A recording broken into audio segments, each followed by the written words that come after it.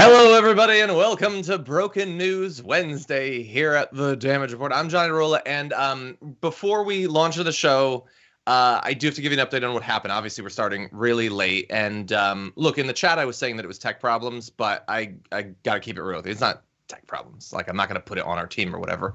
JR just didn't show up. He's not here. He must have overslept, and we gave him time, and I'm done with it. I'm done waiting. So we called up Adrienne. Adrienne Lawrence, how's it going? It's pretty good. You know, I'm glad I got out of bed. I know JR won't for less than $1 million. So I know he said 50K to get out of bed, and I tried to bargain him down, and he wouldn't go. So I'm kidding. JR is actually sick, but anyway, yeah, we had tech problems. Power was out. Blah blah blah blah blah. Everything was broken, but. Regardless, very excited to have you here. What have you been up to? Oh my God, just trying to make the most of this short week. Just realized it was Wednesday, 10 minutes ago? Weird. That is weird. But isn't it nice to have a 4-day work week? That's what every week should be. Very true. But anyway, thank you everyone for being here. Those of you who waited the 15 minutes in the waiting room, we do appreciate that. And we do have some news that we're going to get to. We have about as much news that we're not going to get to. But anyway, we will be talking about a lot of news, and I won't belabor the point. Like the stream, blah, blah, blah. Comment, we'll respond. You know the deal.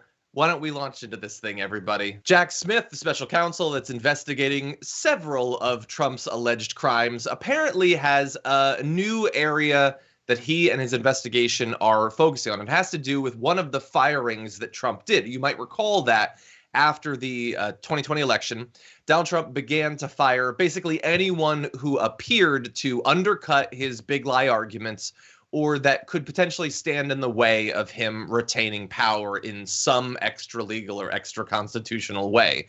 And in particular, they're looking into the firing of Christopher Krebs, who was at that time the top cybersecurity official as the 2020 election was happening. Now, Mr. Krebs assessed in public that the election was not fraudulent. In particular, he put out this report that said there is no evidence that any voting system deleted or lost votes, changed votes, or was in any way compromised. It was very clear, very straightforward, and apparently true. But Trump, of course, didn't like that. In particular, he probably didn't like that in that report, that section was actually bolded, which is a choice, and I respect it. Came out 9 days after the election. That's when, of course, Donald Trump and his supporters were really trying to get people fired up for the idea that just because he lost the election doesn't mean that he shouldn't be president. And so just 5 days after that report, Trump tweeted that Mr. Krebs was terminated. He said that Krebs's report and the cybersecurity assessment was highly inaccurate. And Krebs eventually testified to the House Special Committee investigating the January 6th attacks, saying he was aware of skepticism among Trump allies about his, quote, loyalty to the president. And I don't know how much about this he had like knowledge of at that point, but apparently there was more than just skepticism about Krebs. Staff members within the personnel office, which also is being talked to by Jack Smith, those members, had drafted a document about Mr. Krebs that outlined different reasons that people shouldn't trust him. So here's one of the things that they listed. There was a bunch, but, quote, wife posted a family photo on Facebook with the Biden-Harris logo watermarked at the bottom. So clearly you can't trust his assessment or anything. So look, there's been subpoenas in recent weeks, I think in the last 2 weeks, in reference to this, both talking to people in the personnel office and getting into what exactly was going on that motivated the firing of a cybersecurity official. This gets into motivation, state of mind, leading into the attack of January 6th. Adrienne, what do you think about all this? I think that it's rather funny, as you've noted, in terms of putting things in bold, like splashing it in his face, making sure that he has that moment of reality checked.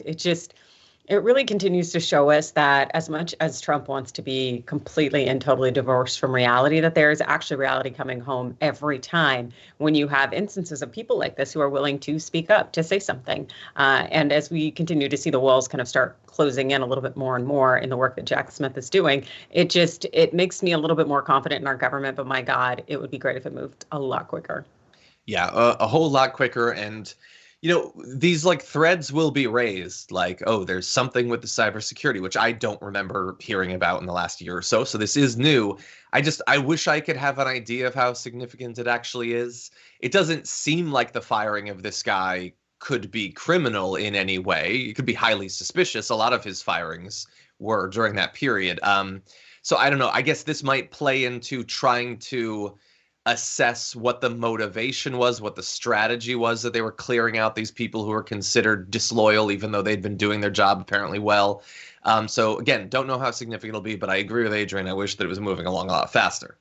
That said, even if it does, and even if somehow, against all odds, there are actual legal consequences, there's potentially another out for Donald Trump. People have begun to talk about the possibility of some sort of pardon. Not Trump pardoning himself, although it might come to that in some of these investigations. But what about Biden? Take a look at this. Did you see that Ron DeSantis said that if he became president, he would pardon Trump? Where are you on the idea of presidents pardoning Trump? Yep, it was, thank you. So there you have Biden doing the like old man Biden thing. And it was kind of funny, the idea that DeSantis was saying that he might do it or whatever. Biden is making pretty clear there, at least in a jokey way, that he wouldn't do it. But we're going to debate that. To be clear, though, it's not just DeSantis that is pushing for this. Geraldo is once again saying that this is something Biden should do. He tweeted, Biden pardoning Trump the way Ford pardoned Nixon is a good idea. This clemency to include inciting the violence of January 6th, the Mar-a-Lago documents case, and any other federal allegation. Clemency would require a pledge by Trump that he will no longer seek the presidency. This is something that Geraldo has been saying for a while. He did it right after the last election. That was right around the time that Trump announced that he was going to be running for the presidency. Now he's changing it so that Trump would have to pull out of his run and swear that he's not going to run again. I love that part of it, Adrienne. The idea that one could trust that, first of all, that Trump would ever do that, or that if he did it, you could actually trust him. I think that's funny. But also, I love when they're like, you should pardon him, just like historic precedent with Ford and Nixon or whatever. But then you have to start to list all of the different things you'd pardon him for, and it makes the request seem even more ridiculous. That there's this multiple paragraphs of crimes that he would have to be pardoned for, some of which he can't because they're state matters anyway. But what do you think about the possibility of this happening? I think it's a very real possibility, in part because Biden's still operating under that old world mentality of gentlemen's agreements and let's make sure everybody's happy. When you have someone who tried to overthrow our government and has been involved with foreign countries in various illicit schemes to undermine our democracy. And I really still think that Biden would say, oh, well, let's pardon him. It's in the best interest of the country. When it's not. Actually punishing these individuals, especially their ringleader, is incredibly important, because if we don't want the circus to continue to come to the town, we are going to have to get rid of the ringleader, which is Donald Trump. And also, too, I don't think you can necessarily hinge a pardon on anything in terms of you're promising not to do this or that, because then it becomes like a quid pro quo situation. And that just doesn't really sound very, I don't know, good. Yeah. I mean, like, you could make the case that would make the pardon look worst to Trump fans. Trump fans would then say, oh, well, this was the whole point all along, was to get him to be barred from running. And then they would pressure Trump to run, even though he'd made the pledge, even though he would never make the pledge. I do agree with you, though, about the fear that this is still a thing that Biden could potentially do. It really does feel like a sort of just typical Democratic. Like, I can imagine Obama doing this. If George W. had been actually investigated for any number of different war crimes in the war in Iraq and Afghanistan or something like that, I can totally imagine that there would be a pardon from Obama. He had, famously said that we're looking forward, we're not looking back, or whatever, which is how Democrats operate, but not Republicans. And you can't make it contingent on anything. That would set a bad precedent. But by the way, in terms of invoking the historic precedent, like, I know that like some people saw it as a theoretically a good thing with Nixon or whatever, but also imagine if Nixon had rotted in jail for years. Would that have potentially set a better precedent to presidents going forward, that if you break the law, you, like anyone else, could spend years in the lockup? I think that that might have potentially stopped a lot of criminal behavior from future presidents, not all of them Republican. No, I agree. Like having some deterrent aspect of criming is incredibly important. And when they take that away, all they say is, don't worry, daddy will always protect you. Because it's telling us that this honestly white male patriarchal wealthy land owning system will always look out for you. And to keep these presidents and keeping them up as though they are on some kind of mount, like they are monarchs or that they are kings in some form or fashion, that's what it communicates, that there will not actually be consequences for you. Yeah, we may run you around a little bit and say, oh, we're going to try you. But if you're not going to actually hold them to account, what is the effing point here?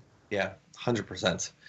But anyway, as of right now, we don't know if he's even going to be he's been charged with some crimes. We'll see if he's charged with more. Supposedly that's coming in August, at least when it comes to Georgia. And there are, so many other investigations. We don't know exactly what's happening to Jack Smith. That said, if we get past all of this and Trump is allowed to run and does get elected, we actually have an idea of one of the first things that he would do. Take a look at this. Part of my plan to secure the border, as has been laid out by many scholars, this current policy is based on a historical myth and a willful misinterpretation of the law by the open borders advocates. There aren't that many of them around. It's amazing. Who wants this? Who wants to have prisoners coming into our country? Who wants to have people who are very sick coming into our country? People from mental institutions coming into our country? That is Donald Trump once again announcing, renewing it for this presidential run, that he is going to be seeking to end birthright citizenship. The idea that if you are born inside of the United States, you are a citizen of the United States, which has been true for decades and decades and decades and decades and decades. He said, in his last run that he was going to end this, and then, of course, did not. And we'll get into some of the legal troubles that would come were he to try that. But he does have a little bit more to say about the law. Take a look at this. As part of my plan to secure the border on day one of my new term in office, I will sign an executive order making clear to federal agencies that under the correct interpretation of the law, going forward, the future children of illegal aliens will not receive automatic U.S. citizenship. At least one parent will have to be a citizen or a legal resident in order to qualify. Okay, so I'm going to file this under the same category of several other things we've had to talk about as a country over the last few years, where the right wing that loves to talk about the original text of the Constitution, the clear text, they really have a problem with reading literacy with comprehension, because it is super clear why there is birthright citizenship and why it would be impossible for any president via an executive order to get rid of it. I don't think that he's read the Constitution. I don't think many of his supporters have. So just in case they haven't, I want to make clear to them that this is not based on an interpretation of the law or the law at all. It's based on what's in the Constitution, specifically the 14th Amendment to the Constitution, passed by the Senate in 1866, ratified 2 years later. It says, all persons born or naturalized in the United States and subject to the jurisdiction thereof are citizens of the United States. That was then tested in 1898 in U.S. versus Wong Kim Ark.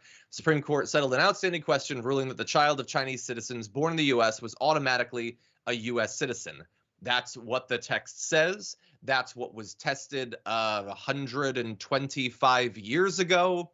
This is not based on some sort of wackadoodle interpretation of the law. It is very clear. That's what is actually true. That is the case. Adrienne, what do you think about this? I think it's really funny that Trump really tries to leverage the ignorance of his minions, because that's pretty much what he's doing by virtue of the thought that he is trying to use, some kind of xenophobic rhetoric by saying we are not going to allow people to have citizenship that is birthright.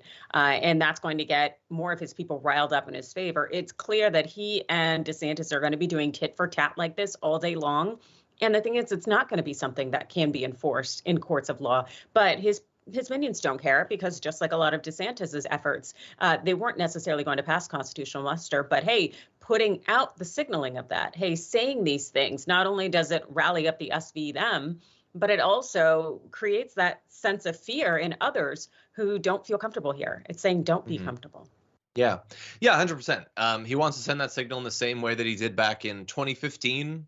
Initially, it was one of the early things he did. Remember, of course, Donald Trump rose to political prominence by questioning the citizenship of Barack Obama. This sort of racist campaigning predates his actual presidential aspirations. Why would he bring it back? At that point, by the way, he had said, we're the only country in the world where a person comes in and has a baby, and the baby is essentially a citizen of the United States with all those benefits. It's ridiculous. It's ridiculous. And it has to end. I guess he is technically true that we're the only country in the world where when you come in and have a baby, it's a citizen of the United States, because it'd be super weird if you had a baby in China and became a citizen of the United States. But to be clear, 30 other countries offer birthright citizenship. Basically in our hemisphere, all of them effectively, almost all of them do that. I don't think that it matters. But again, it's, as Adrienne says, it's playing on the ignorance of his followers. He wants his followers to believe, hey, wait, nobody else does this. Why are we stupid in doing it? When many, literally dozens of other countries do it. It is fairly routine. It has been routine for well over a century in the United States. Plenty of people have benefited, and most conservatives, many of whom benefited from this themselves, or at least their ancestors did, had no problem with it then. It is very much about who it seems like it would hurt now. That's why he is claiming this. He said, by the way, at the time that he was going to do an executive order to end it. He didn't do that for the exact same reason that he's not going to be able to do it now. Maybe he'll try, knowing, as Adrienne said, that it would fail and he'd still get credit amongst his base. All of this is just racist dog whistling. That's all it is. That's why when he was announcing this, like, we're not going to play the full video for you or whatever, but you got a little bit of it in what we played. The endless lies about the type of person that enters the United States without documentation. Him saying they're all sick.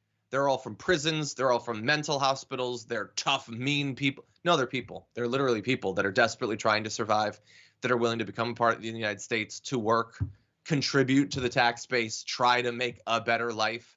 We already know. Do we need to reiterate the stats about lower rates of criminality than native-born citizens? Do we need to go through that again? It's already been demonstrated 1,000 times. Just totally sick of the constant lies about the nature of undocumented immigrants, Adrienne. Yeah, it is. It gets really old. And yet they continue to go ahead and push that. As far as I'm concerned, it's usually either immigrants or Black people. That's where they like to throw all of their mud and act like there's some accuracy, and they claim these things are purported fact, when no, it's just xenophobia and racism, kind of what the United States is founded on. Yeah, 100%. Also, LGBTQ people, as we launch into Pride Month, also, they're really getting a lot of mileage out of attacking them. And we'll have more to say about that a little bit later on. That said, we do need to take our first break of the hour at 10:37. But we got more news to come, so don't go anywhere. We'll be right back.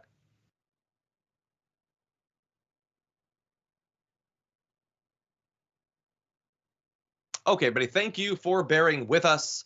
We're going to come back, I guess, and do one story and then break again. But that's what happens. Anyway, so by the way, there was some sort of bug where people were saying I was AI. I don't know. No, I'm me. Let me just really fast say, you know, like, we're worried about different, like, hosts or whatever being replaced by AI. Like, that's a thing that we're like, oh God, is that going to happen? I was watching a video on YouTube that was comparing speaker systems or something. And I heard at one point, the guy who was presenting it started talking about different characteristics of the sound of one of the speaker systems. And he talked about its bass, how much bass it had. And then I realized, with how he pronounced other things, he wasn't a person at all. It was fake. It wasn't a video. You didn't see him, but it was a voice. It was fake.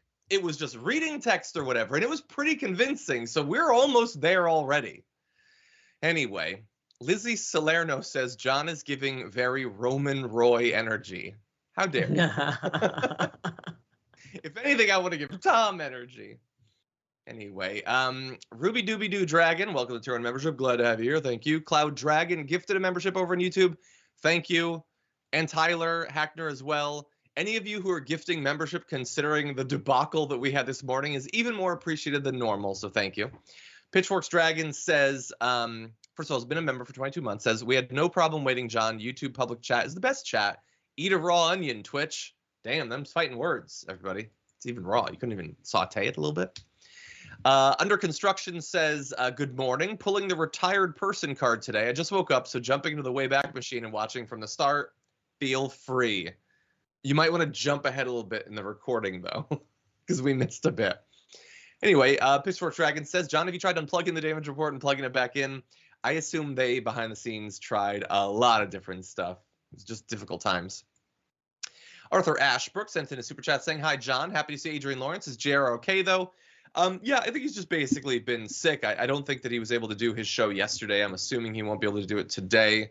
And it ended up being a good thing, because if he had been healthy and had rushed into the studio, he, like me, would have had to have rushed back home. So I'm glad for his sake that that wasn't the case. Okay, over on Twitch, Spartan Dragon has been here for 8 months as a subscriber. Thank you for that. Says, wow, 8 months of unfiltered, in-your-face factual news. Keep up the good work. Thank you very much. Ace Hunter's been here for 17 months. Says, 18 is R after Q. It's the next step. Is that a reference to R? We used to have those jokes about R back in the day, back when Q was a big thing. Dr. K has been here for 9 months. Says, hey, fam. Hey to you as well. Dragon from the Dark Side has been here for 25 months. Thank you. Alice Giggles been here for 6 months. Thank you for being here. Rebel Mitch for 35 says, been here a while. That is certainly the case. Almost on 3 years. Not quite as old as the precedent for birthright citizenship, but it's getting there. It's getting there. Them Runny Eggs been here for 6 months. Says, best newscasters and chatters. Much love for the TYT fam. Thank you. And thank you for the recognition of how awesome the chat communities are. No need to throw wild vegetables around. Both chats are good. Okay, Tiffany has been here for 26 months, says, spending the day watching the damage report after taking a personal day. Let's go. Hey, John and Adrienne. Hello to you, too. Thank you. Okay. Fidel Castor Oil has been here for 5 months, says, today's show launch reinforces my hypothesis that the quality of the show has a linear relationship to the length of your hair. If I ever fully shave my head again, we might be doomed. Just going to be the pre-port at that point. Anyway, more news to come.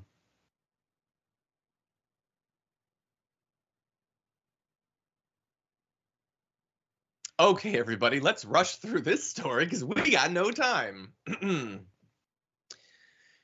For a while now, at least months, it's been difficult to know who the hell you're supposed to. For a while now, at least months, it's been difficult to know who the hell you're supposed to trust on Twitter these days, since verification now means nothing at all, except that you're paying Elon Musk for the joy of having a blue JPEG next to your name.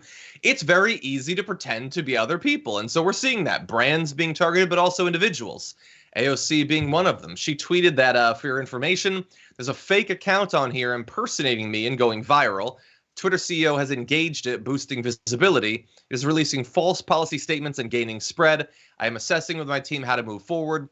In the meantime, be careful of what you see.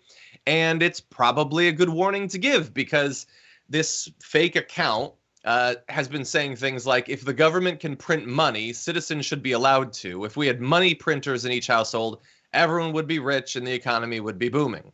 So here's the little trick that they're playing. It's infantile, but it's just clever enough for Elon Musk stands to fall for it.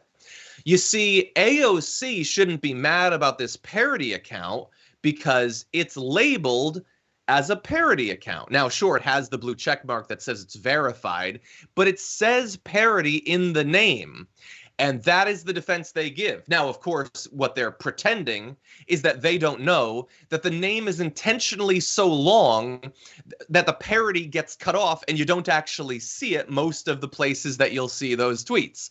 We could actually give an example. If we bring up this next one, this is where Elon Musk actually signal boost the thing. Do you see parody in that? Nope. It's by design. That's why they made the name so long. And there it's, oh, you get the, so this might be the wine talking, but I've got a crush on Elon Musk. So the idea there is that this parody account is pretending that there's sexual attraction between a prominent female politician and a right-wing troll, and he sees that and he responds to it because he is, of course, obsessed with Alexandria Ocasio-Cortez, is definitely interested in her, and doesn't mind cozying up to right-wing trolls if it makes them sort of interact online. He knows what they're doing. He knows that they're gaming the system by making their name so long that parody doesn't actually show up. But people see AOC, they see the blue check mark. Some of them might be, you know, so behind the times that they still think that that means this is a verified account, and it allows this sort of thing to spread. He is encouraging it, and so I understand why AOC would be angry. Adrienne, what do you think?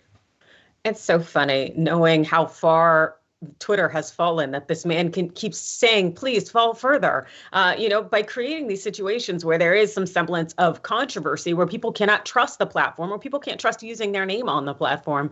All that is going to do is make people want to leave the platform. And yet Elon Musk thinks that this is the way to go about it. It's almost like he's trying to run Twitter into bankruptcy, because it's exhausting to continue to watch. And also, too, it's like, when you have billions and billions of dollars, can't you just go to therapy? Can't you find something else to do? Why do you have to make other people's information sharing platforms and lives and communication outlets? Why do you have to make it so that it's untrustworthy? Go somewhere. Make an actual friend.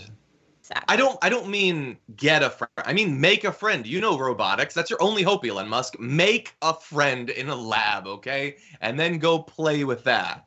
By the way, I also I think there's good reason that I would assume that because he's a right-wing troll, he just likes the idea that this is an account that is mocking a prominent woman of color who disagrees with him. He wants them to be sexualized and all of that. It's also possible that he's so full of himself and so stupid that he honestly thought it was her. So I can't completely rule that out, but it doesn't appear to be. And if you're wondering, wait, why would he have a problem with AOC? Well, again, all the reasons I've listed, and the fact that he, basically every right-winger in the country has a burning lust for her. Anyway, in addition to that, she's also criticized him and some of the choices he's made.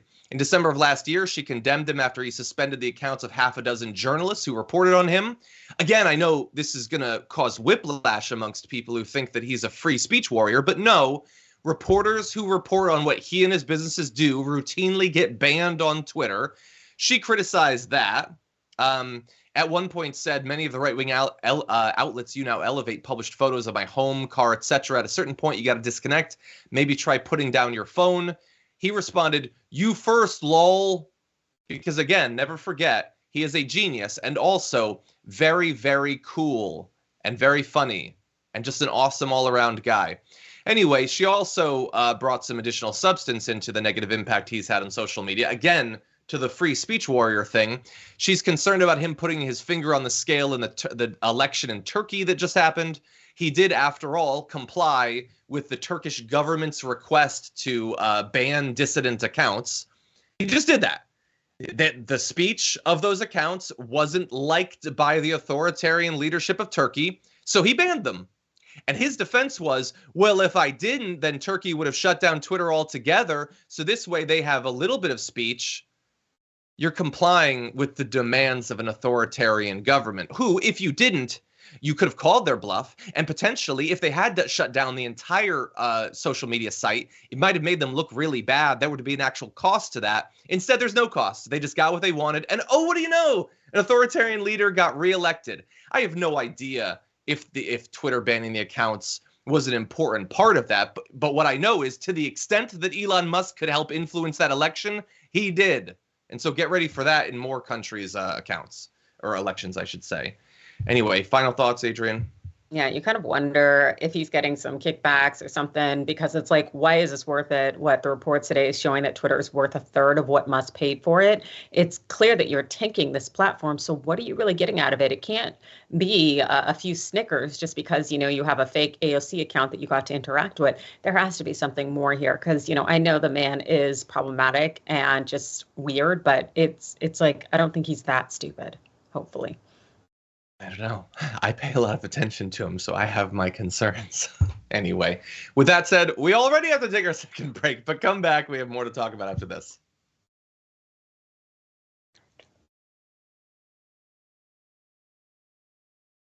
I really do like The Last Jedi. I'm not saying it's my favorite. I actually think Return of the Jedi is probably my favorite. I grew up on it. I was a kid. I thought Ewoks were cool. What do you want out of me? Anyway, Jesselyn, welcome to the Tyrone membership. Glad to have you here on YouTube, as well as Spanking Spider Dragon. It says welcome to the Tyrone membership. I imagine that's a resubscription based on your dragon icon, but thank you for being here either way. And Non-Human Humanist gifted a membership. Thank you for that. So nice of you. Okay, let's see. Ruggedly Handsome has been here for 30 months on Twitch. Says 30 months of no one but TYT Network telling me the truth. I've watched CNN, MSNBC, and Fox, and no one tells it like TYT. I appreciate that. There are other good sources of news, by the way. Not necessarily a ton of them in the things that you just listed, but There are other good purveyors of the news. But thank you.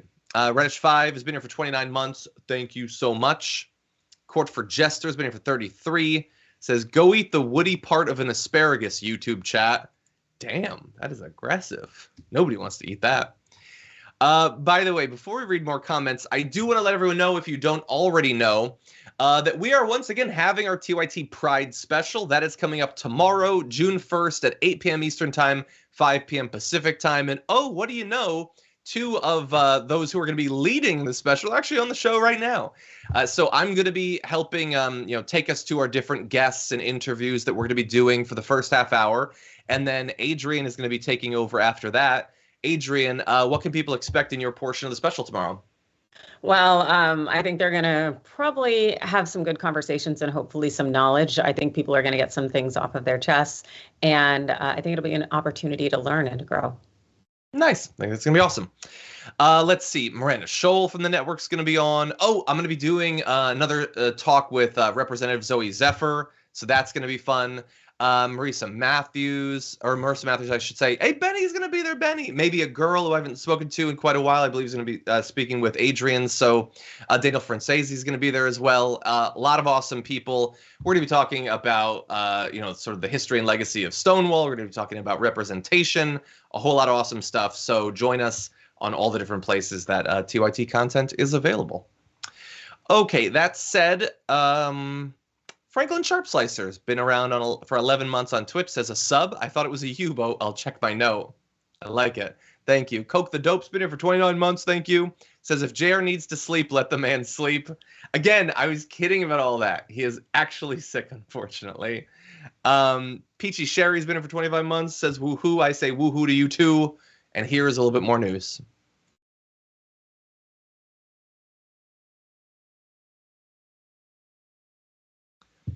Okay, everybody, why don't we jump into some more news, starting with this? It's certainly critical to my state, and that's why we fought off these 12 lawsuits. We had them in Houston, we had them in San Antonio, we had them in Austin, we had them in the counties where you'd have the most liberal judges. And it was a concerted effort nationally with lots of money going into it.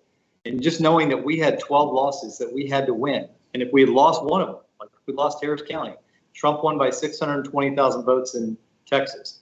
Harris County mail-in ballots that they wanted to send out were 2.5 million. Those were all illegal, and we were able to stop every one of them. Had we not done that, we would have been in the very same situation. We would have been on election night. I was watching election night, and I knew when I saw what was happening in these other states that would have been Texas. We would have been in the same boat. We would have been one of those battleground states that they were counting votes in Harris County for 3 days, and Donald Trump would have lost the election. So that is Ken Paxton, of course, Attorney General of Texas, notably in the news over the past couple of weeks because he is in the process of being impeached by Republicans for corruption and bribery allegations and all of that. It's an ongoing process. We've been doing coverage of it, and we will continue to. But in what appears to be an attempt to get Republicans back on his side, he's effectively saying there, if I hadn't stopped mail-in ballots from being sent in Harris County, which is a part of Texas that's much more Democratic, then Trump would have lost Texas because Democrats would have actually been able to vote, perish the thought, in a democracy. And of course, if Trump had lost Texas, then he would have even more so lost the presidential election. I don't know why that's so significant, but if you believe that Trump actually won the election, then I suppose in this counterfactual hypothetical, then that would matter. There's a lot of issues here. If we take at face value the claims that Ken Paxton is making there, if we believe that all of this is true, which it's not, then this is horrible. The idea that a guy who is supposed to be one of the chief arbiters of the law effectively in a state is saying, I used a legal process to stop millions of people from voting, and that's the only way Republicans can win, even in a state like Texas. That is embarrassing. It's anti-democratic, all of that. There are other issues with it. First of all, they were not trying to send out 2.4 million ballots. No, they were sending out applications for mail-in ballots. They were not all illegal like Ken Paxton says. It's an administrative process wherein you would fill out the paperwork, they would check to make sure that you can vote, and then they would send you a ballot. It's done in many countries. It's done in many states in this country. He is trying to make it seem like something sinister. It is not, unless you believe that people who disagree with you voting is inherently sinister, which he clearly does. So he's lying about what was actually being sent. The effect, I also think it's incredibly unlikely that it would have swung 600,000 votes. So I think that he is protesting too much in his own support there. But even if, again, you accept it, what he's saying is inherently anti-democratic, and it is a representation that the Republicans do seem to have internalized that the only way that they can ever win an election is by stopping people from voting. Adrienne, what do you make of all this? Yeah, I completely agree with you. And I think that he probably said the quiet part out loud. And also a lot of the things he says are absolute crackpot things. It just seems that Paxton is really going down this path where he may not necessarily be in a position to pull himself back from it. And so for him to keep kind of spouting these things and also what he's dealing with in terms of his impeachment, it's just like the Republicans are not bringing their best to the point where other Republicans are kicking them out. Yeah, 100%. I mean, in this case, at least, it seems like, I don't know if it was a combination of popularity or the severity of the allegations, but it is novel to see them being willing to kick out a Republican. Again, it's not finalized or whatever, but they're going to be doing this ongoing investigation. It's not helping him in the meantime. So Ken Paxton is probably going to have to do a little bit more than this to convince people that he's worth keeping around. And it's just a reminder to everyone that this is the actual approach of Republicans towards voting, and not just regular conservatives who don't want to see, like, commie college students vote. Like, they're elected leaders in states like Texas, incredibly important states. Again, I don't necessarily think that he was successful in swinging the result of Texas, but what he is announcing there is, if he is ever able to swing the results of an election, he will actively do that. Anyway, that is unfortunately all the time we have for the first hour of our show, somehow. Okay, everybody. Thankfully, the show is not just 1 hour long, although those of you on the linear platforms or listening on the podcast might think it is. It's not. You should be checking the YouTube page and watching our other content. We will be getting into a few more topics. Hopefully no more tech problems. So join me then. We'll see you in a few. Welcome to the Aftermath, everybody, with me, Iadarola, and Adrienne Lawrence. Adrienne, you're here now. You're gonna be the Pride special tomorrow. You making any other appearances on the network this week? Not to my knowledge, but you never know. That's true. Sometimes short notice. So thank you for that. Hopefully, for the viewers' sake, you will. But thank you for being here. Regardless, thank you everyone for watching. Whatever it is that we're doing today on the show, I appreciate your support. We're figuring it out together. Okay, let's see. Grandpa Dragon has been here for 36 months on Twitch and says, is no one following the European Union threatening to shut down Twitter completely if he doesn't stop promoting accounts that are either deceptive or outright lying? It's about time someone called this guy out for being dishonest and deceitful. I actually hadn't seen that. I wonder how serious that actually is. If they did do that, that would be significant. But anyway, I will look into it. Thank you for that. Finally, The Last Dragon has been a member for 5 months on YouTube, says some of my favorite people, Adrienne Lawrence and Iadarola, keep speaking truth to power. Thank you. And Maria Harkness says, love you. As a Pride member, the world is becoming a scary place. Even in Canada, we're being attacked. Yeah, it's been a rough period. Well, we got each other. That's what we got. Thank you. Okay, with that said, why don't we see if we can get to a few stories in the aftermath, starting with this. I think you're going to see this all come to head here in Iowa, and then Thursday, of course, it's going to be a big deal. And the DeSantis team would say, we just had polling come out that shows we closed the gap by 9 points since we announced in Iowa. Still, Trump's hugely ahead, but they say they're closing the gap. That's their argument. Hugely. Look, if you look at the polling now, it was Trump 34 in Iowa. It's now Trump 25. Still a big lead. Double digits. So that seems like a pretty innocuous appearance by Kayleigh McEnany, former press secretary for President Donald Trump, where she says that DeSantis is catching up a little bit, at least according to the DeSantis camp's numbers, but Trump is still up hugely, I think is the term that she used. The reason we're playing that, though, is that video that you just saw was all it took to get Donald Trump and some of his biggest supporters to absolutely hate her guts. And they've now turned on Kayleigh McEnany. In fact, he's even given her a new nickname. He bleated, Kaylee Milquetoast McEnany just gave out the wrong poll numbers on Fox News. I am 34 points up on DeSanctimonious, not 25 up. Well, 25 is great. It's not 34. She knew the number was corrected upwards by the group that did the poll. The rhinos and globalists can have her. Fox News should only use real stars. So look, there's two sort of levels to the fact that Donald Trump is now casting aside Kaylee McEnany, who was one of his biggest like vocal, visible defenders for years of his nonsense. She went out there and defended all the insane stuff that he said, and now he's attacking her. So first off, the lighter part of this is that of course he has called her milquetoast. And a lot of people have pointed out, if we put up the tweet, the bleed again, that is of course not how milquetoast is actually spelled. It actually led me to look up what is the origin of milquetoast, the actual spelling? And apparently it's from the character Caspar Milquetoast of the comic strip The Timid Soul, first published in 1924. Apparently there was an actual dish of milk toast, a food consisting of toasted bread and warm milk, which doesn't seem great, but now I'm curious, I might have to actually try. A lot of people were making fun of Trump for getting the spelling wrong. And I love a good attacking of Donald Trump, but I will say, it should probably be spelled the way he said it. Why don't we just change it? You know, it's the way that it's pronounced. It has the same meaning.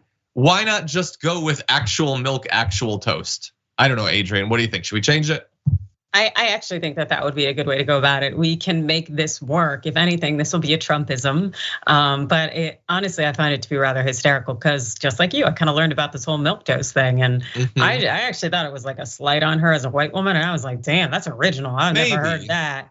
And then, but now that I know, it's just really bland milk toast, but I guess it means timid, not assertive, whatever. Yeah, 100%. By the way, Zinging Cutie says in a super chat, milk toast is Charlie Kelly's favorite food, which is technically milk steak. I guess this is related.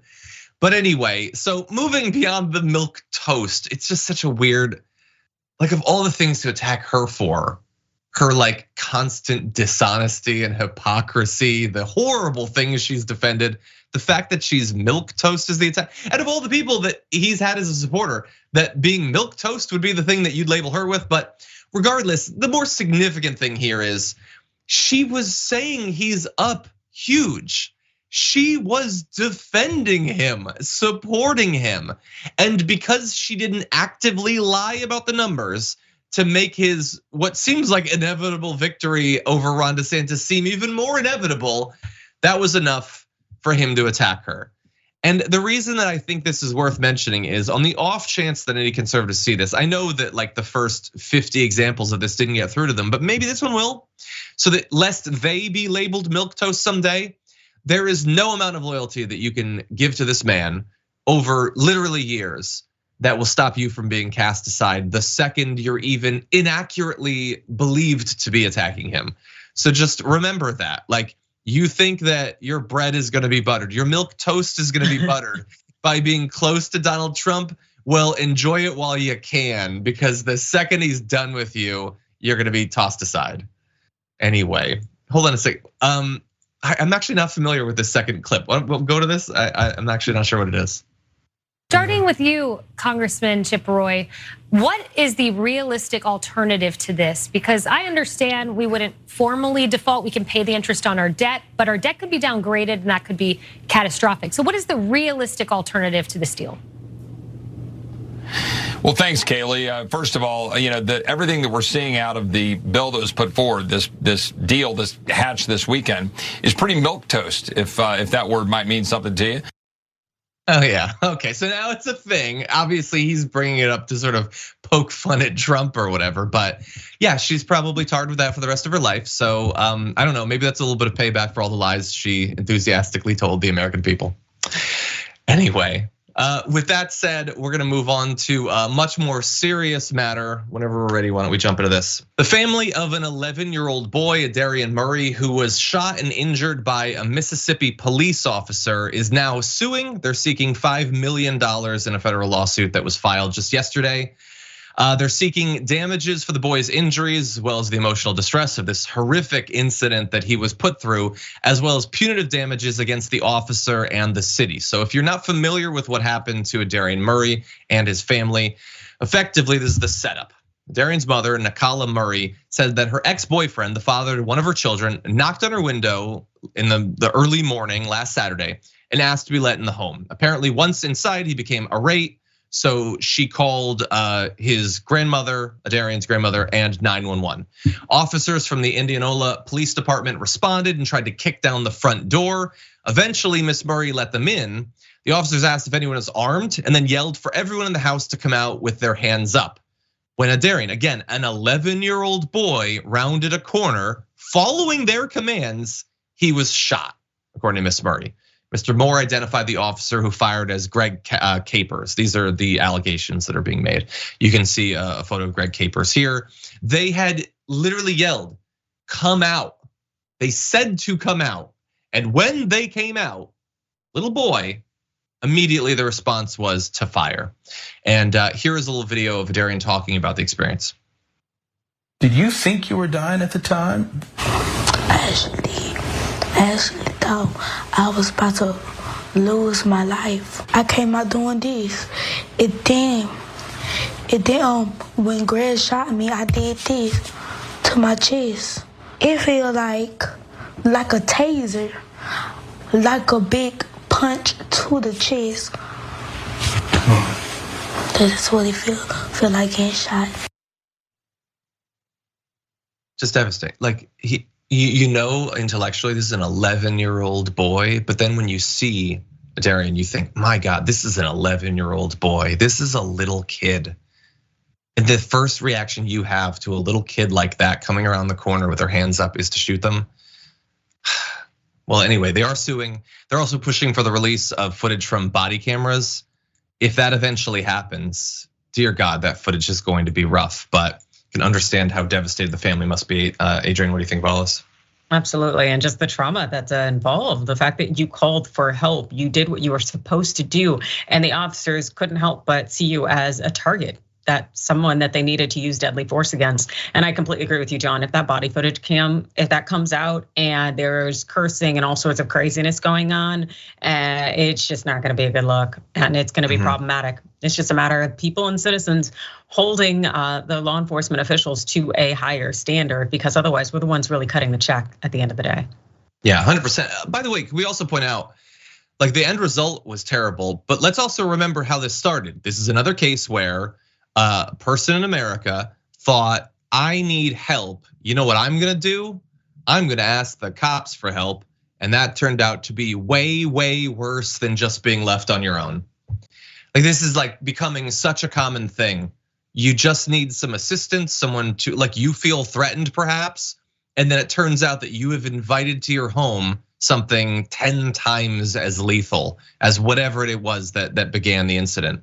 She just wanted someone to resolve the situation of this ex of hers who was irate and was like yelling and stuff. And instead they kicked the door in. Why were their guns drawn in the first place? Why were the finger on the trigger, safety off, ready to use lethal force? Let's say it wasn't an 11-year-old boy. Let's say it was the boyfriend. Why is the assumption that you would have to shoot the boyfriend? Again, there potentially there's something that could come out about the phone call or the body cameras, perhaps why we want this information. But based on the actual information that's been presented, the approach, the stance of the cops when they show up seems utterly insane, Adrienne.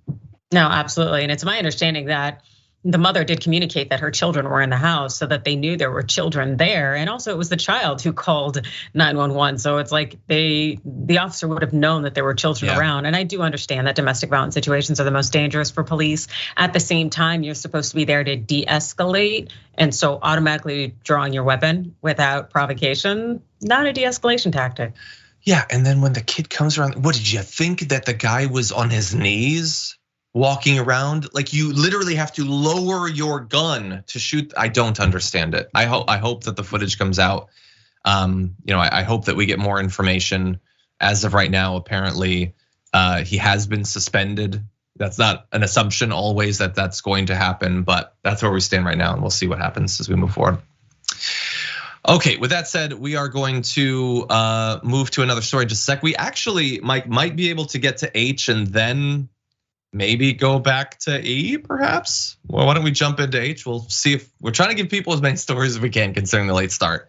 And with that, why don't we, I'm gonna read a comment or two, because I need a little bit of a palate cleanser. That was a really rough story.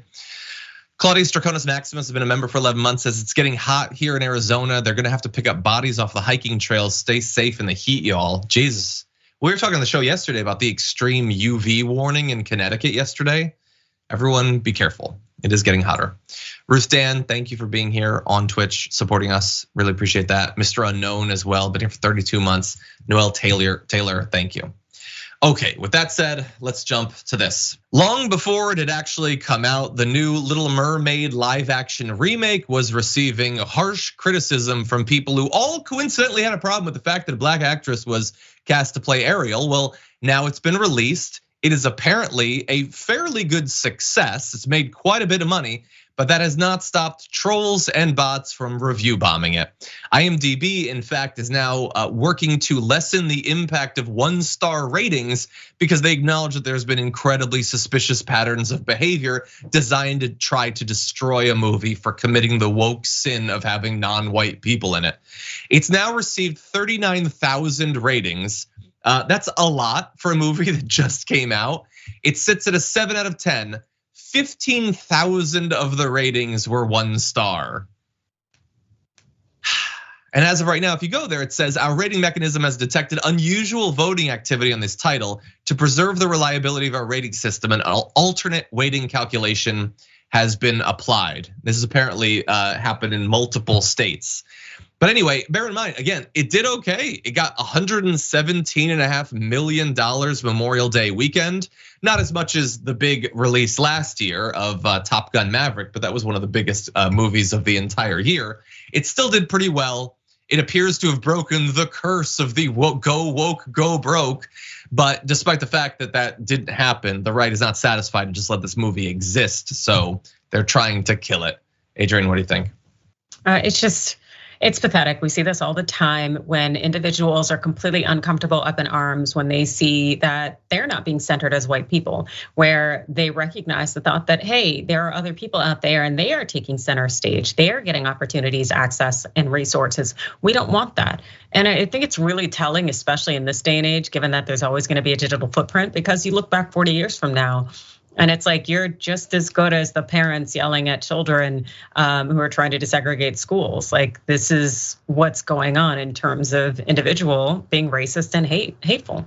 Yeah, I know that I talk about this sort of stuff a lot, the reactions to movies and to shows on the show, just because I find it to be so utterly pathetic. Like we talk about a lot of stuff that I think it reveals people to be pathetic in a variety of ways here on the show, but this is the worst.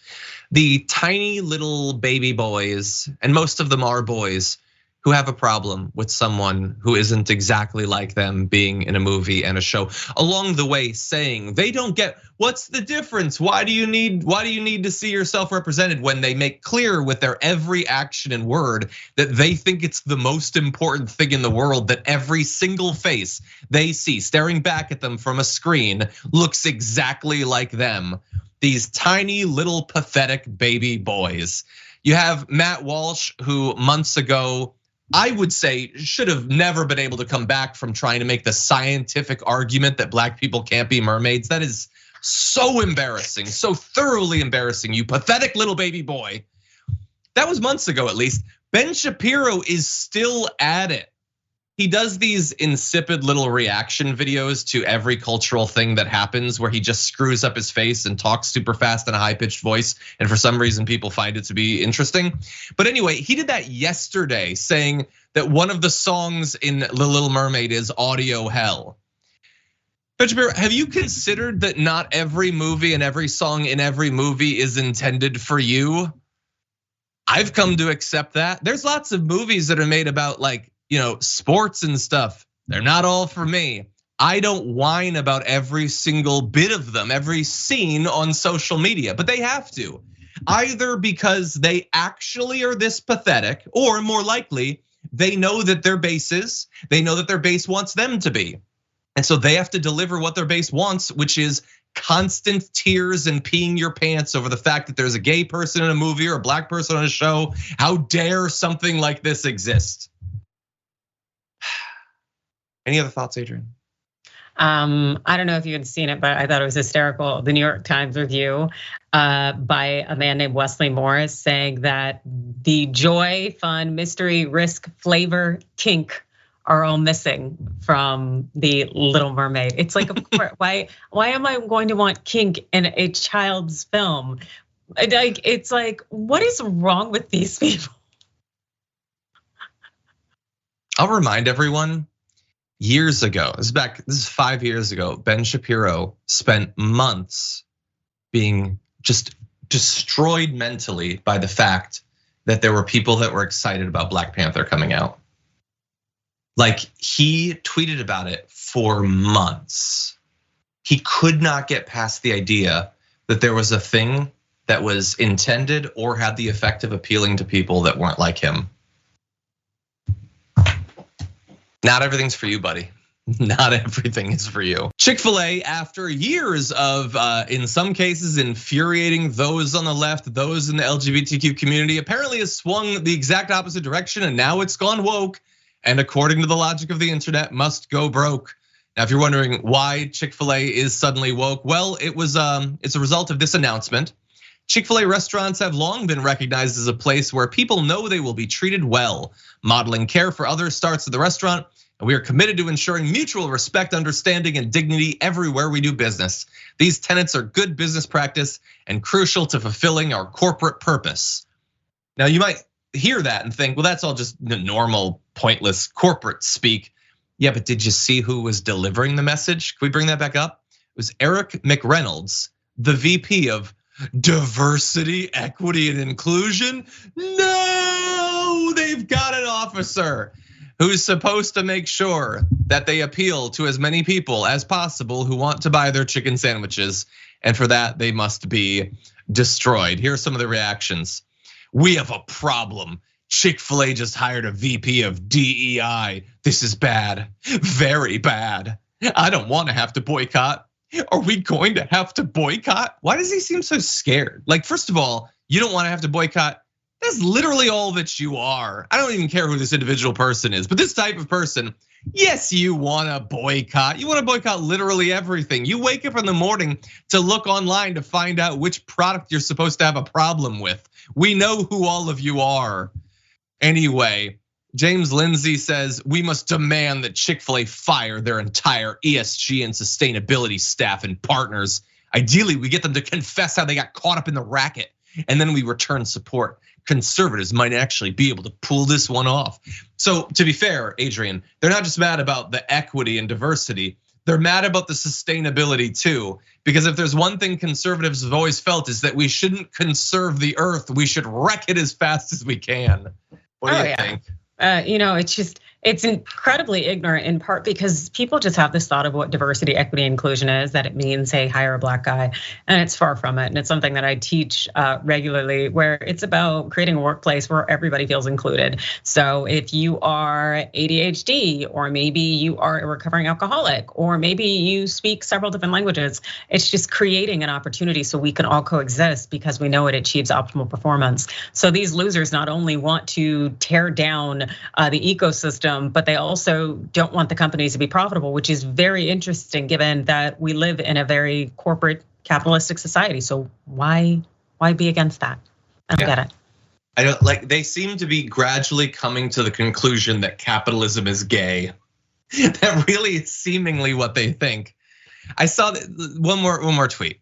Love how you on the left are calling us snowflakes for boycotting woke companies like Walmart, Target, and Bud Light for spreading their groomer propaganda. I guess you aren't snowflakes for boycotting Chick-fil-A and Hobby Lobby for being Christian companies.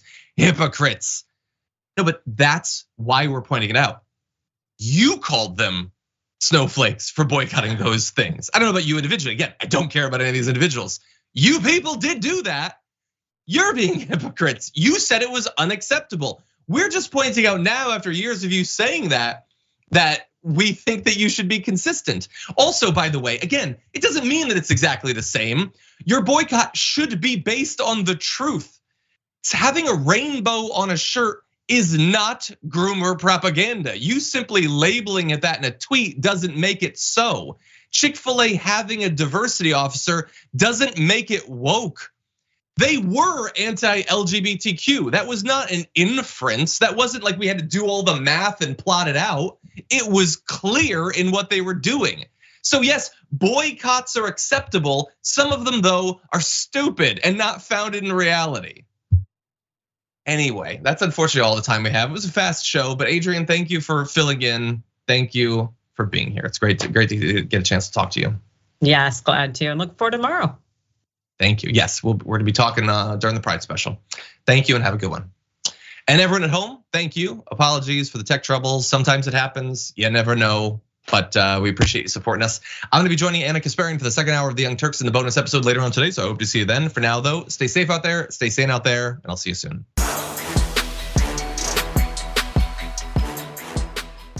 Thanks for listening to the full episode of The Damage Report. Support our work, listen ad-free, access members-only bonus content, and more by subscribing to Apple Podcasts at apple.co/TYT. I'm your host, John Iadarola. I'll see you soon.